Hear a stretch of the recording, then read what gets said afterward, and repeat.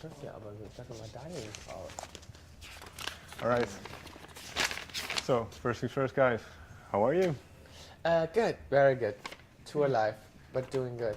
Okay, good to hear. So, I don't have a lot of time, so I'd like to jump straight into it. Sure. This was a very free process for you. You just finished with your label, and so did it remind you of when you first started out? Totally, yeah. We kind of like, it felt like going back to the roots. It was just the four of us, like kind of back in the day when we founded the band in like that's like 17 years ago, right? Yeah, super long. Yeah, it felt a little bit like the beginning. We were just being super free and we just did whatever we wanted to do.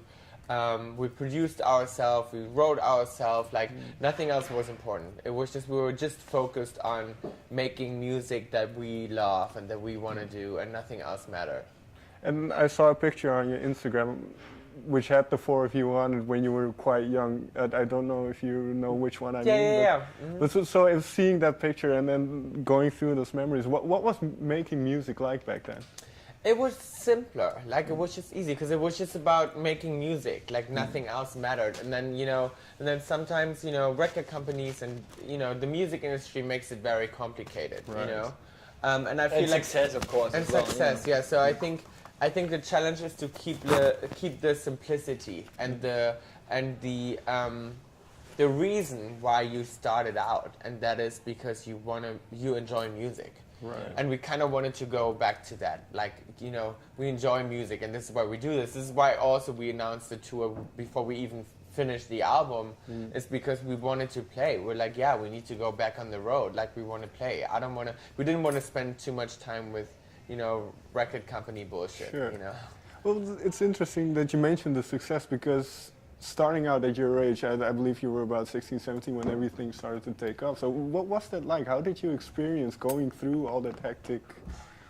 I mean, it was a crazy time when we were 15 and we had the first song, Monsoon, went #1, and it was a crazy time, Right. But looking back, we grew up with this, so it's like it's a little twisted. Like I'm looking back at this and it kind of like feels, because it's so long ago, it's 12 years ago, and it feels like a different life a little bit, But at the same time, we grew up with this. Since then, we're not doing anything else, Right. Since then, we're touring. Since then, we are writing, producing music, and our whole life is built around that career and that band, And since it took off when we were so young, it's our life, And I'm now going into the new album and being as free as you were, and then going back to the beginning, kind of that feeling of it.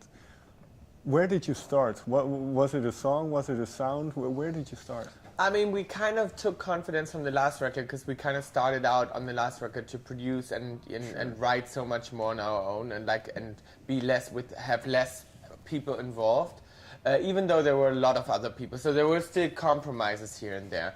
And we just realized more and more that it's annoying to us. Like, we didn't want to do that anymore. It's just too many egos and too complicated. And so we went in the studio just by ourselves, and in Berlin, actually. Just the four of us. We were eating pizza, we were watching TV, and we just chilled. And we were listening to music. Like, we were listening to playbacks Tom started. And we were just hanging out. And then we wrote the first 4 songs. And Boy Don't Cry was one of the songs. And we just loved that song so much that kind of like we knew, okay, this is the way to go. Like, this feels right. This is where we're going to take this. Do you remember that moment then with Boy Don't Cry in the studio when you thought, okay, this is it, now do you remember totally. what the feeling was? Yeah, I remember we that night we drove home and we were all like, wow, this is something. Like, we have something that's really good. It was almost scary because we all loved that song so much in that moment that we were like, wow, how are we going to do this? Like, we wrote such a big song or such a good melody. How are we going to top this, Because we kind of felt like, oh, wow, we already wrote our first single. Right. But then, of course, other songs happen and everything evolves. And then funny enough, we kind of forgot about that song. But now that the album is out, people love that song so much, and the response to that song is the biggest. So it's funny because it was the first track we wrote. And like you say, you have Boys Don't Cry then, and it kind of functioned as a catalyst to where you want to go. At what point in the process did you feel like, okay, now we have an album? Because in a sense, you can write forever. Right. I mean, we kind of decided that late because we announced the tour and then we asked ourselves, do we want to drop an album before that or not? And then we had those 10 songs that we felt like this is the 10 songs we want to put on a record. There shouldn't be more, there shouldn't be less. This is exactly how many songs, and this is exactly these songs we want to put on a record. So I can finish them. I can finish them up. Let's do it, you know. And because you know you have a status where they're just lying around as demo versions, but I felt like we were pretty far in the process of producing those 10 songs, and so we decided to do it. And then I think we had like 1 or 2 months left to finish it, and we just did it. It just felt very cohesive, like the whole album. Like we didn't feel like we had to put, like to just have album fillers or have certain things that need to be on an album, like this one ballad and this one acoustic song and this one this or one that. Like we just felt like we're just gonna do our thing, and it's not a very commercial record because it's very, very cohesive.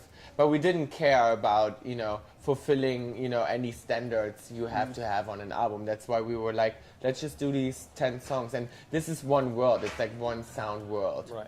And is that difficult to do because you do have an audience who have certain expectations of the kind of music that you make? So, and then with the previous album as well. But is that in your mind while you're writing? I mean, you know, it's like we appreciate our fan base and love that we have. You know, so many fans from day one, but at the same time, we never cared about expectations so much, you know. Because it's just, I think it's more ourselves. Like of course we want to write a very good song. Like in the end, you want to be there, and you don't want to jam around for like 5 hours and like have a messy song. You want to write something good, and writing a good pop song, that's a cool pop song, and it's, you know, that's tough. Like it's pretty tough. And of course, you want to write a strong record. Like I want to write a very strong song that's stuck in people's head and they can't get it out. And I think that worked fine with What If. Like What If is the song that I was like, once you hear that song, you probably can't get it out. I mean, that worked pretty well with a few people. Well, let's go into What If then. Do you remember and for this song lyrically, what kind of sparked that track? No, it's funny because we had this song for so long, and then for me to find the melody in the chorus took so long. Okay. I had the verses first, and then I couldn't come up with the chorus, and it was really tough. Like that song took a while. We had a lot of different versions, and we recorded it in the phone. Yeah, we had different versions, and then it was really one of the last tracks we finished for this album as well, because I couldn't come up with the chorus, and I couldn't come up with this one hook I wanted. And then actually, like, you know, very far along the album process, I had the idea to that song because I was at a party and I missed out on that chance, and I saw someone that I liked and I didn't say something, and I was so mad at myself, and I was like, what if that was my person?